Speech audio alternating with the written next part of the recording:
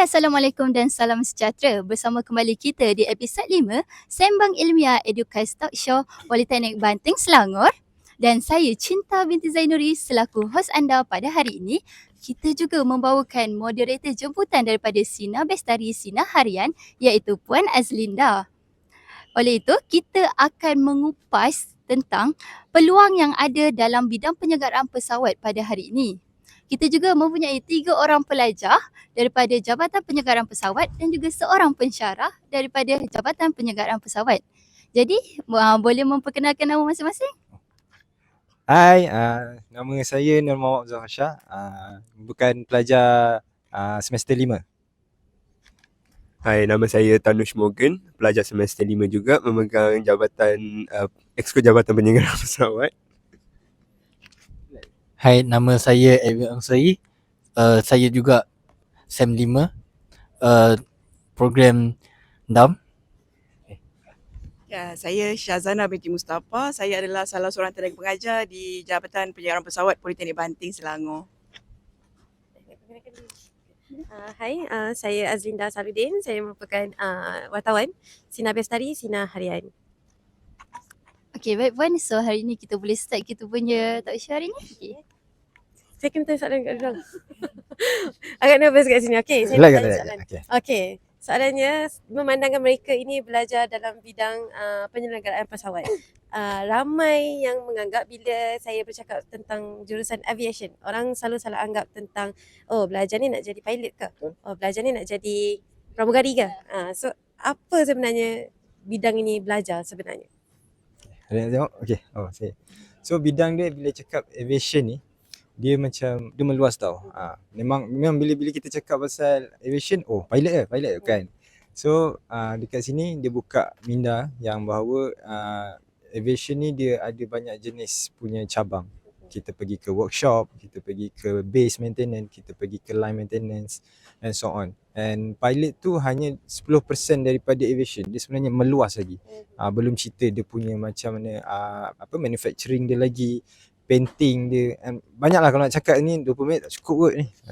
So, banyaklah di cabang ni belajar. Betul, banyak. Soalan dia, mencabar ke tidak, susah ke tidak nak skor? Nak skor, susah tu susah, memang susah kan.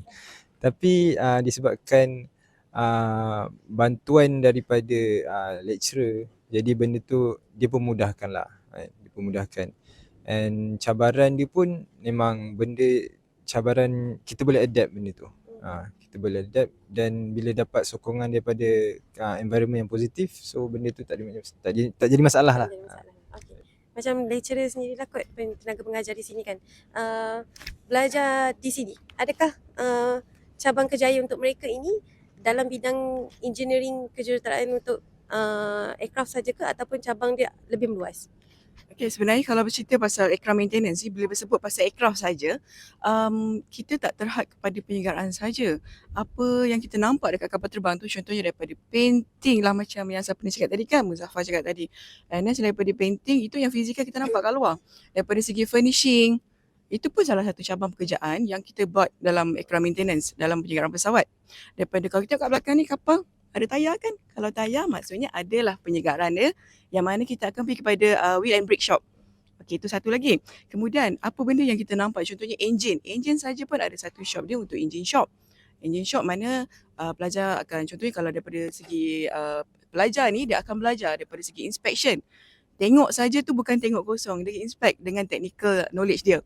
Bukan tengok bila orang kata inspection tengok je, tidak, dengan ilmu. Kemudian dia akan juga buat installation dan removal. Bila sebut pasal installation removal, nampak macam benda senang, cabut pasang. Tidak, sebenarnya benda tu semua kita kena buat dengan technical knowledge. Okay, so antara benda-benda yang tu, that's why bagi perception student, dia rasa macam aircraft maintenance ni susah. Sebenarnya benda susah atau senang tu subjektif, bergantung kepada orang. Macam kalau tanya saya, macam Puan buat untuk kekuatan, kalau suruh saya, memang tak boleh buat. Betul, dia mungkin bidang saya okey. Mungkin kalau saya suruh masuk bidang Puan, saya pula yang ya, betul. Cakap susah senang tu sangat subjektif. Okey, bergantung juga. And then daripada teknikal lagi, selain daripada itu ada juga bidang-bidang lain. Contohnya material kapal buat daripada benda-benda yang berbeza. Contoh kita nampak macam metal, sheet metal okey salah satu, dan kita ada composite. So bila composite kita nak tahu benda tu elok tak elok, kita kena ada inspection juga. So daripada segi inspection kita ada non-destructive testing untuk aerospace, ujian tanpa musnah lah untuk cek kapal tanpa merosakkan kapal material. Dan selain pada inspection, daripada material, dan student kita akan belajar juga. Even hantar satu biji skru sekalipun, dia orang akan belajar. Dia punya panjang, pendek, jenis, material dan sebagainya. Itu maybe sebab rasa macam susah, tapi after santai insyaAllah mudah untuk Mudah. belajar. Okay, faham. Macam sebagai student sendiri lah kan, korang adalah pelajar dan juga dalam arti kata lain adalah seorang penuntut di politeknik ini. Mungkin aktivitinya tidaklah memfokuskan kepada akademik sahaja, akan memfokuskan kepada kurikulum juga. Itu adalah sebagai satu tambah markah lah, nilai tambah untuk kamu punya kerjaya ke depan kan, mendevelop kamu punya kemahiran komunikasi juga. So macam mana awak membahagi masa antara belajar dan juga aktiviti kurikulum di politeknik? Okay, cara saya overcome masalah ni is like I buat 9 to 5, which is working hours. Kita buat kerja-kerja related to poly, coursework, your MPP, and apa-apa that's related to poly kita buat 9 to 5. And then after that we have our own time, so study, physical activities, and then whatever sports yang kita are up to. So macam tu lah yang kita orang mostly buat untuk to overcome this Pernah masalah. tak ada rasa macam tertekan? So macam mana awak mengadaptasi rasa tertekan tu? Okay, tertekan tu depends. Sebab not every time tertekan. Mostly masa ada coursework, macam untuk kita orang yang tertekan is FYP, final year project. Sebab we have to work in a very short time period untuk develop a product. So kalau macam tu, we mostly buat group work. We don't work seorang. So we kumpul couple of friends, classmates and semua. Kita buat dalam grouping. Okay, soalan Cara diorang cerita macam very simple, tak ada apa banyak kan. Tapi actually diorang ni kuat hebat tau. Selain daripada diorang belajar aktiviti dekat politeknik saja, diorang juga terlibat dengan program international. Kau boleh tanya Edwin actually one of the participant untuk WorldSkill. Macam Thanos terlibat dengan program international juga kan, untuk Tan College dengan Thailand. Dan juga Muzaffar dengan ni pun ada, cuba cerita. cuba cerita Diorang sikit. cerita macam Okay, Edwin, siapa nak cerita dulu? Start. Okay, okay, macam hari tu baru-baru je habis. Dia first saya masuk police skill dulu. Police skill Malaysia. So maksudnya semua police skill dalam semua poli dalam Malaysia dia akan join competition ni untuk pertandingan kemahiran lah. Macam saya join aircraft maintenance. So yang task saya buat kat waktu police skill just aircraft sheet metal. Dia punya task macam dia bagi satu lab sheet tentang satu buat dari project. So dari plan of sheet metal kena bangunkan bentuk yang ikut dia punya dimension, ada teknik-teknik dia. Dari police skill tu dia selection for world skill competition, world skill university challenge competition. Dia hari tu dia kat dia ada 6 modul. Dia first aircraft sheet metal, lepas tu pre-flight inspection, compressor blending, component remover and installation, lepas tu electrical and aircraft rigging. Buat kat MIAT. World skill. Selepas ni dia 2 tahun sekali. So yang world skill ni dia macam selection untuk for world skill yang lagi besar lah. Ini just university challenge. Dia ada yang untuk seterusnya dia macam ada world skill Asia, world skill betul lah. Global. Dia yang world scale global ni dia buat 2 tahun sekali lah. Macam saya lately saya dengan saudari cinta pernah join aerospace bootcamp. So yang tu mostly semua university yang takes something related to aviation course join. So antaranya was Polytechnic Banting yang join event tu. So masa tu we get to know that there's different faculty macam aerospace engineering and so on. And kita also dapat get to meet almost of the higher management dari company-company aerospace macam SME Aerospace, Skyway Technics, Mabes, and GE, and many more lah. There was banyak. And the skill that we get there macam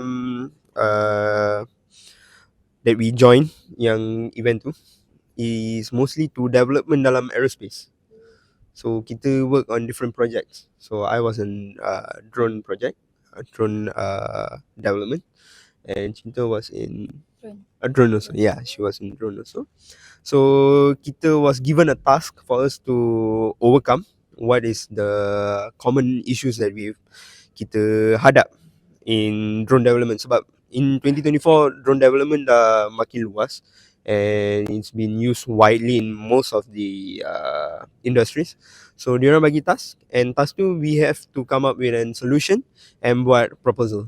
And then people that we present to was semua orang-orang dari industry, high management dari industry. So toward the end tu ada pertandingan kan? Yes, we had pertandingan. So it was held by CRES, and tak silap my team and Cinta's team My friends team. your friends team and my team were selected for the CRES competition untuk drone development juga. Keputusan? Keputusan we've been selected, so the competition will start on November. Okay, so Yes. Still has time. doakan juga. Yes. Muzaffar sendiri macam mana?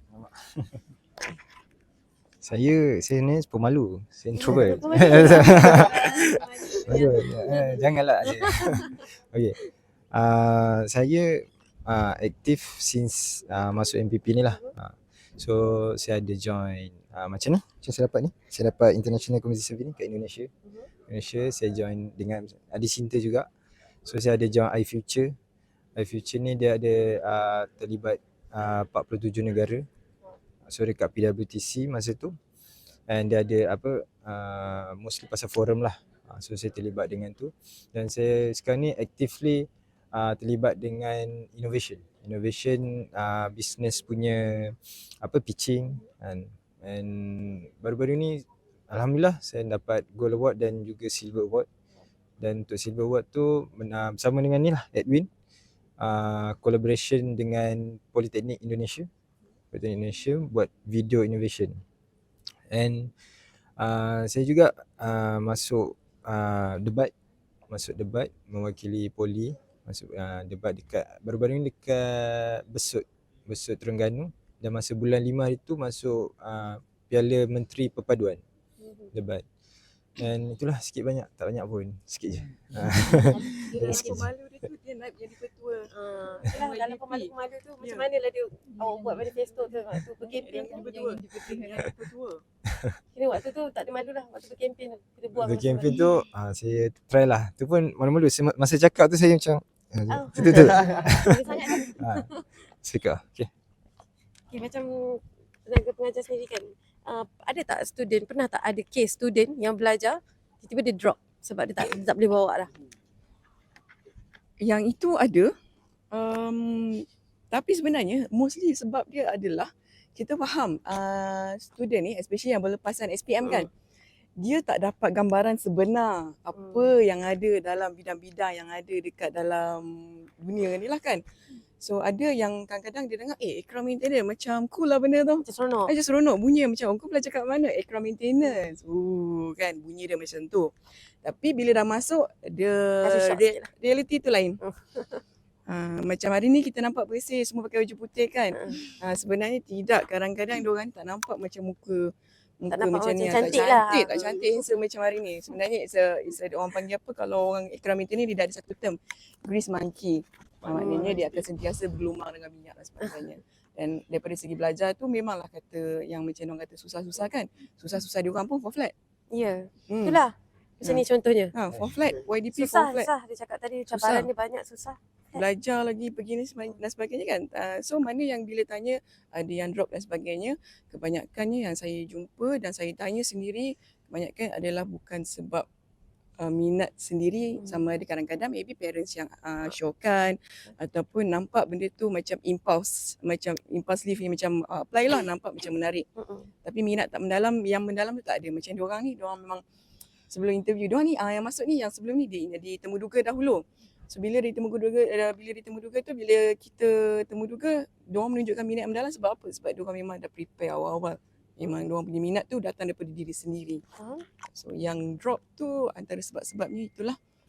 Bukan daripada minat dia lah. Kira memang minat antara fokus utama. Maksudnya benda macam nilai utama lah kena ada kalau nak ambil kos. Betul. Macam Puan sendiri sebagai tenaga pengajar di sini kan, boleh tak cerita macam berapa pengalaman Puan sebagai tenaga pengajar student-student yang dah berjaya? Okey, student-student yang berjaya ya. Dekat berjaya tu sampai tahap mana dah diorang? Ada yang berjaya. Ada yang buka company sendiri pun ada. Ada yang jadi license aircraft engineer pun ada, ramai. Ada juga yang yang pergi keluar negara, overseas. Yang mana mereka tu semua pergi dalam keadaan yang macam mana nak cakap berjaya, diorang tu berjaya dengan diorang punya usaha yang kita daripada sini kita dah boleh nampak dah dia punya laluan tu. Macam diorang ni kita akan tahu lah, tak lama lah dia boleh nampak dah. Tengok seorang-seorang. Tengok seorang-seorang 4 flat, YDP, Indonesia, Thailand, mana lagi program diorang kan. Okey, kita nak tanya Muzaffar juga. Muzaffar sebagai salah seorang pelajar yang keputusannya cemerlang. Sama je setiap semester. Okay, boleh kongsi sikit, share tips ke? Yang pertama, makan kismis. Contoh, tidur yang cukup. Kita diet kismis semua tak ada. Okey, makan tak ada lah. Makan saya lenjan je semua makan. Cuma yang pertama adalah belajar tu of course kita kena belajar setiap malam and hantar assignment. Tapi apa yang saya perasan, apa yang saya boleh highlightkan is hormat lecturer lah. Hormat lecturer. Bila kita tak attend kelas tu, kita datang jumpa personal, dan kita cakap sir, madam, sorry saya tak apa hadir ni, ada apa-apa ke ni. Sebab benda tu sikit banyak macam melembutkan hati diorang lah sebenarnya. Lembut tak hati tenaga pengajar kalau student macam tu? Bila dia hormat lecturer, sebenarnya dalam hati hari-hari lecturer doakan semoga berjaya, lebih berjaya daripada pensyarah sebenarnya. Dia kadang-kadang kita dapat 4 flat tu bukan sebab kita pandai, tapi disebabkan doa daripada lecturer, daripada ibu bapa kita. Jadi disebabkan doa tu diorang macam tak dihijab kan. So diorang sebab itulah boleh dapat keputusan cemerlang. Pernah tak rasa down? Down Sebab penat ada banyak benda nak fikir, masalah MPP lagi pernah rasa down kan. Dah rasa down, tapi saya ambil tu take as macam challenge lah untuk face. Sebab yelah bila kita ambil risiko kan, tipulah kalau tak dirasa benda tu kan, betul tak? Jadi saya cuba untuk positif, cuba untuk orang panggil tu apa, yelah ambil sebagai pengajaran. Okey, benda ni adalah satu laluan untuk berjaya. Sebab bila kita tak ada stres, bila orang kata tu, bila kita punya perjalanan tu terlampau smooth kan, dia macam mungkin ada something wrong somewhere. Bila perjalanan kita tu macam ada okey ni naik turun, itulah perjalanan kita yang betul sebenarnya. Okey, macam tenaga pengajar saya nak tahu juga. Kan sebelum ini kita pernah dilanda COVID. So bila ketika negara dilanda COVID, syarikat penerbangan antara yang terjejas lah. So pada ketika itu mungkin kos ini pun orang macam tak pandang sangat, sebabnya orang takut kalau nanti terjejas kita pun tak nampak kepentingannya di situ. Andai kata ke depan negara kita mungkin ada lagi PKP dan sebagainya, dan so macam mana jaminan kos ini untuk mereka, untuk pelajar-pelajar ni? Okey, masa PKP tu adalah satu senario yang sangat orang kata apa, sudden kan. Tiba-tiba saya rasa tak ada industri yang tak terjejas. Maaf. Okay, so untuk kos ni memang ada sedikit lah, selepas PKP tu ada sedikit penurunan daripada intake sebenarnya. Maybe sebabkan daripada segi kata apa, risau sebab kena kita dengar daripada company ada yang retrench, ada kena VSS dan sebagainya. So of course sebagai parent dan sebagai student dah fikir masa depan dia. Tapi dengan trend sekarang, yang mana industri kita untuk aviation dah semakin giat semula, yang mana the people starting to travel around dan sebagainya dan perlukan gunakan perkhidmatan yang segera, contohnya untuk penerbangan dan sebagainya. Benda tu dah bukan lagi satu isu lah. Dan sekiranya berlaku lagi sekali daripada PKP dan sebagainya, contohnya COVID, dan maybe kita tak tahu apa akan jadi masa depan, pandemik dan sebagainya, kita dah ada satu mekanisme yang lebih baik lah daripada yang lepas. Yang mana kita daripada segi pembelajaran tu sendiri kita dah mula buat online, kita ada buat micro credential, kita untuk physical pun kita dah start with VR, AR yang mana tak semesti kena berada dalam kelas.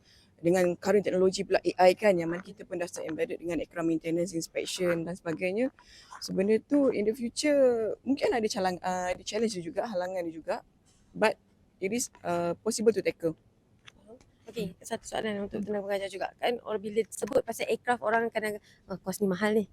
Takut nak hantar anak belajar berapa belas ribu dah nak satu sem kan. So macam mana kalau kosnya di sini, adakah ianya masih memadai? Cukup lah untuk parents bayar anak-anak hantar belajar di sini ke macam mana? Okay, untuk kos diploma diploma saja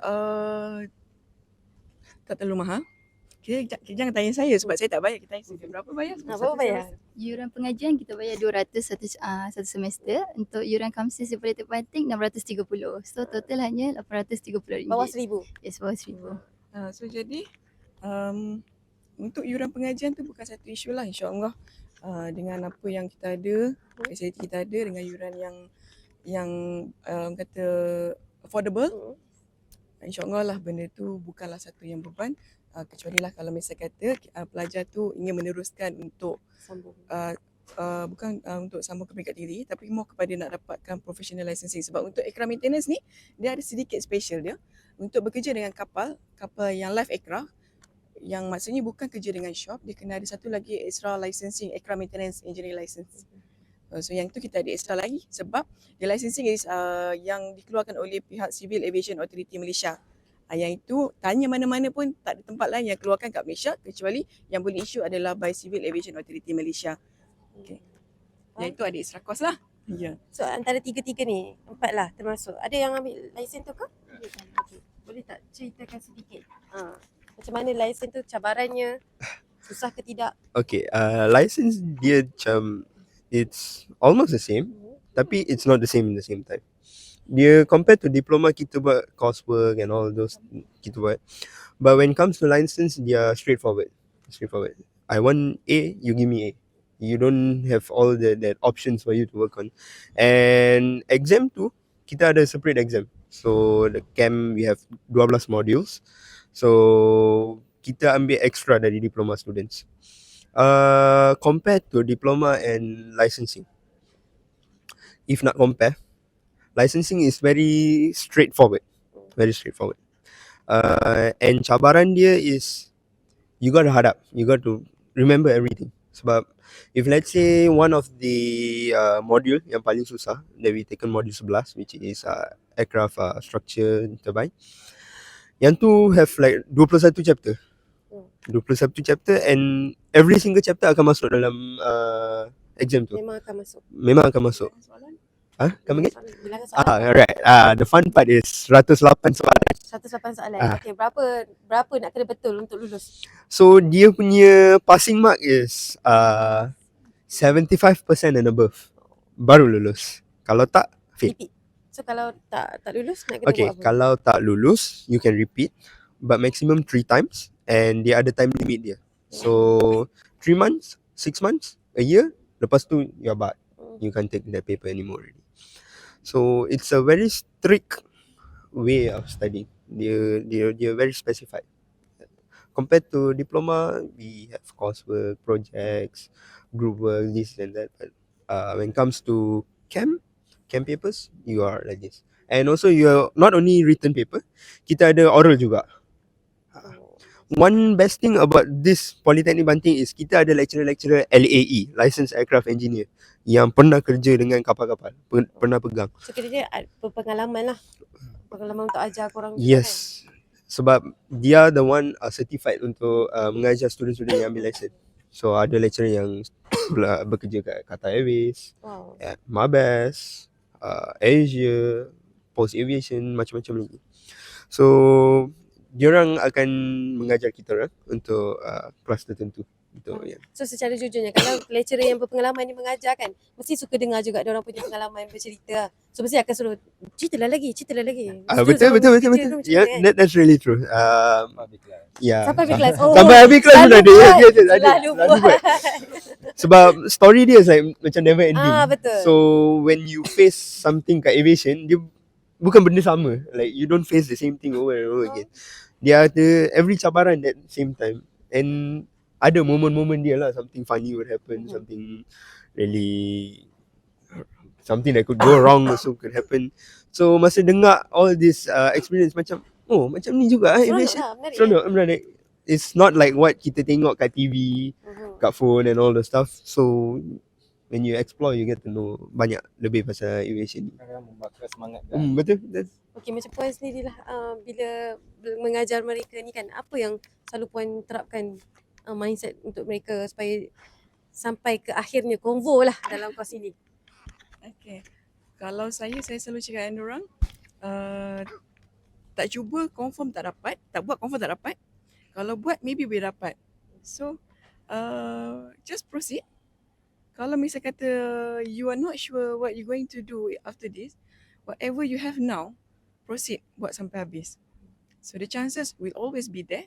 Cuma kita tak tahu peluang tu datang macam mana. Macam saya sendiri, saya aircraft maintenance background juga, degree. Never expect that I'm going to be a lecturer here. But at the same time, I got opportunity to expand my knowledge by going into, sebab aircraft maintenance ada cabang-cabang lagi kan. So macam saya sendiri, saya go deeper into non-destructive testing for aerospace. So orang kata apa, aircraft maintenance ni sangat luas. Apa yang diorang buat sekarang ni adalah something yang basic. In the future, diorang boleh explore banyak lagi cabang. Sekiranya masa depan diorang punya cabang kerjaya tu bukan satu itu saja, dia banyak lagi. Dia ada banyak lagi cabang yang mana bidang-bidang ni semua semakin berkembang sebenarnya. Bukannya takat sini je habis dah. Aircraft maintenance habis, tak. In the future, bila aircraft ni makin maju, new technology, so bidang tu akan makin luas. Contohnya macam sekarang AI contohnya. Untuk aircraft kita akan ada satu part for AI, aircraft maintenance, yang mana kita perlukan data analyst for bidang aircraft maintenance to see to monitor the aircraft performance. So benda-benda tu semua nak kena interpret. Bidang baru tu. Ada orang pun tak dengar lagi, agaknya boleh dengar. Agaknya junior diorang pun yang akan belajar. Mungkin, ya betul. So dia semakin berkembang. InsyaAllah akan ada satu bidang yang niche untuk diorang akan datang. Macam korang sendiri belajar kos ni, mungkin dah ada target dah kot lepas ni nak ke mana. Mungkin Bungkus Safa boleh start dulu.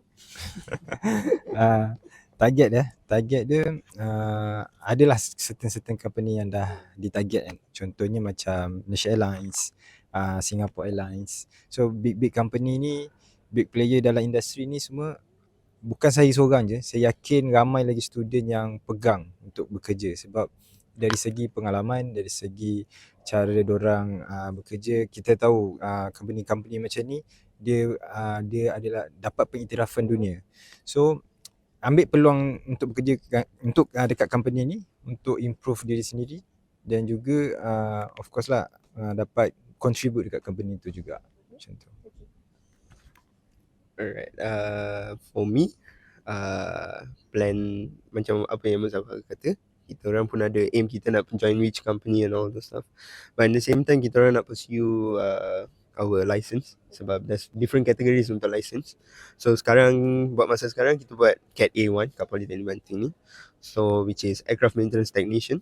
So kita nak upgrade a stage higher which is Aircraft Maintenance Engineer. So nak pursue untuk ambil CAT B. And then untuk buat degree juga in aerospace engineering, maybe kat luar negara. Yeah. Wow. Okay, saya plan untuk still licensing, kerja sambil ambil licensing lah, CAT B. sebab kerja pun kat saya aim for kerja kat MRO, maintenance, repair and overhaul. So bila macam belajar study untuk licensing, dia at the same time dia hands on lah, dia lagi senang nak faham. Okay, kita ada seorang je wanita di sini. Macam cinta sendiri macam mana? Okay, kalau saya pula kan macam aviation ni kan ada banyak cabang. Kita ada bahagian technician, kita ada bahagian engineering, kita juga ada bahagian management. So macam saya akan teruskan saya punya degree. Mungkin dalam bidang aviation management, macam tu. Okay. Macam awak sendiri seorang perempuan di sini kan, cabarannya macam mana? Nak belajar dengan lelaki-lelaki ni, adakah mereka lantak korang buatlah sendiri? Tak ada, semua kat sini support each other lah. Tapi kalau bagi seorang perempuan dekat sini, sebab kita sendiri ada sifat feminin, so mestilah kalau kita tengok student-student course lain macam diorang boleh pakai lawa-lawa pergi kelas tapi pakai baju bengkel lah. Mestilah ada rasa macam tu. So dekat situ macam kita kena ready mental physical jugalah dekat situ. Dan kalau macam bahagian practical, kita kena push lebih sikit daripada lelaki sebab bahagian practical mesti guna tenaga yang lebih banyak. Tapi macam okey sajalah. Okey. Sebab rasa macam sebab minat ke untuk Yes, kalau sebab minat memang everything okey lah. Tapi bagi siapa yang baru beginner tu, dia kena push lebih sikit lagi lah. Macam puan sendiri tengah pengajar di sini kan. Student setiap tahun memang ada perempuan, dan berapa persen perempuan untuk kos ni? Dia bergantung lah kan. Bergantung. Kadang-kadang ada certain intake tu tak ada perempuan langsung. Ada kadang-kadang tu ada certain intake tu ramai perempuan. So dia tak menentu lah kadang-kadang. Ada lah. Ya, kalau ada lah. Pembelajaran semua sama je lah, walaupun Sama dia lelaki je. ataupun perempuan. Ya, dia tak ada beza. Semua sama saja sebab in the end nanti dekat tempat kerja pun dia tak ada special treatment juga. Okay, Ni dia cakap. so kita nak tanya moderator. Asyik moderator. Itulah. So rugilah sebab moderator datang daripada jauh kan. So saya mewakili student. Jadi saya nak tanyalah apa nasihat atau tips yang akak boleh bagi kat kita orang, sebab akak as a degree holder and master ongoing, akan sambung master. InsyaAllah. Jadi kita orang baru diploma, BBNU orang panggil kan. BBNU kan? BBNU. Kita sebaya sudah. So apakah nasihat untuk habiskan diploma dan untuk pursue dalam inilah next punya belajar? Okey, nasihatnya sebenarnya saya pun masih kerdil lagi je dalam bidang ni. Saya ada sini dah lama lah. Cuma kalau bab pembelajaran, saya asal dari kampung. So saya walaupun asal dari kampung, ayah saya sangat menitik beratkan pendidikan. So dia kalau boleh dia nak tengok sekurang-kurangnya pakailah jubah konvo. So kiranya itulah yang mendorong saya untuk belajar 4 tahun. Saya asal daripada Pahang, berhijrah ke utara, ke Pulau Pinang, duduk 4 tahun. Saya anak bongsu, tak ada siapa-siapa, tak ada kenalan, tak ada keluarga. So saya survive 4 tahun. Dan itulah kiranya nasihat saya kepada adik-adik. Ingatlah yang kalau tak ada support daripada ibu bapa ni, mereka ni memang kalau boleh dia nak tengok kita berjaya.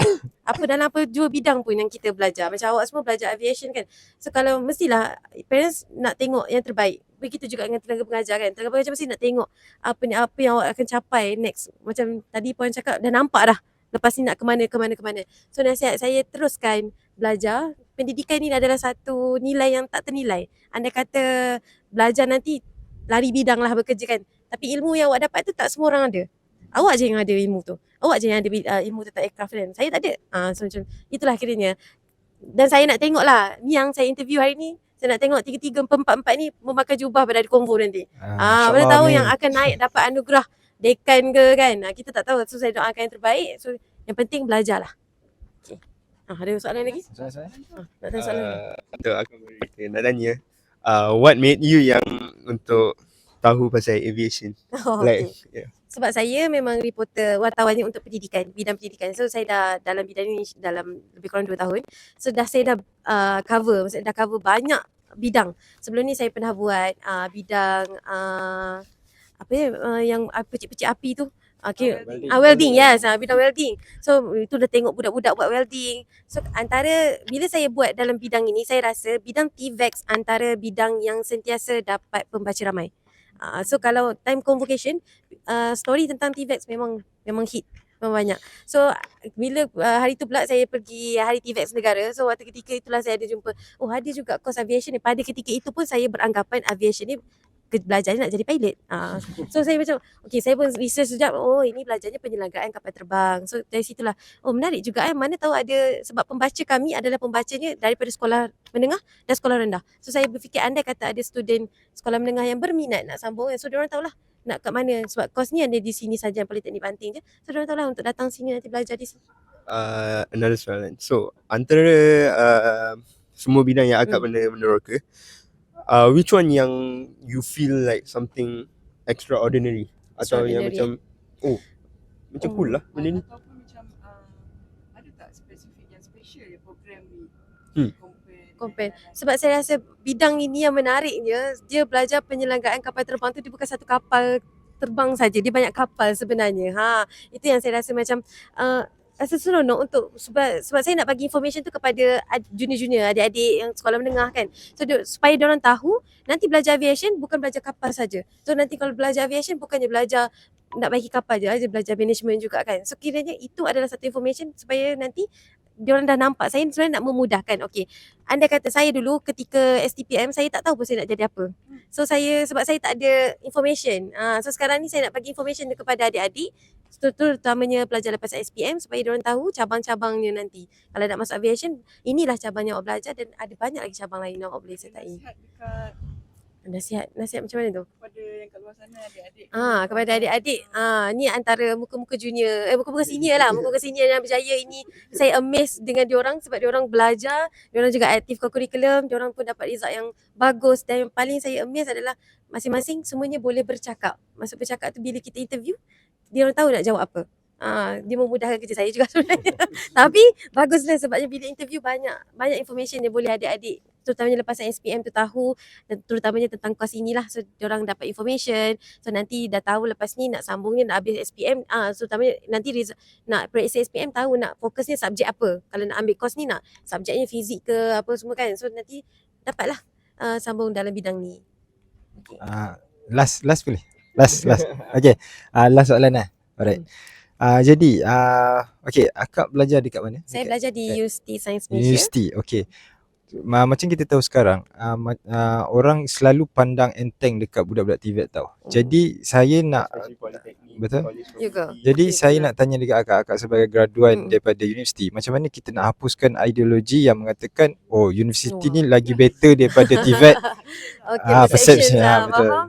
Okay, macam saya sendiri, saya belajar secara jujurnya, adalah juga belajar secara praktikal. Tapi praktikal saya, mungkin bidang saya sendiri sebagai journalism, praktikal kami adalah membuat surat khabar.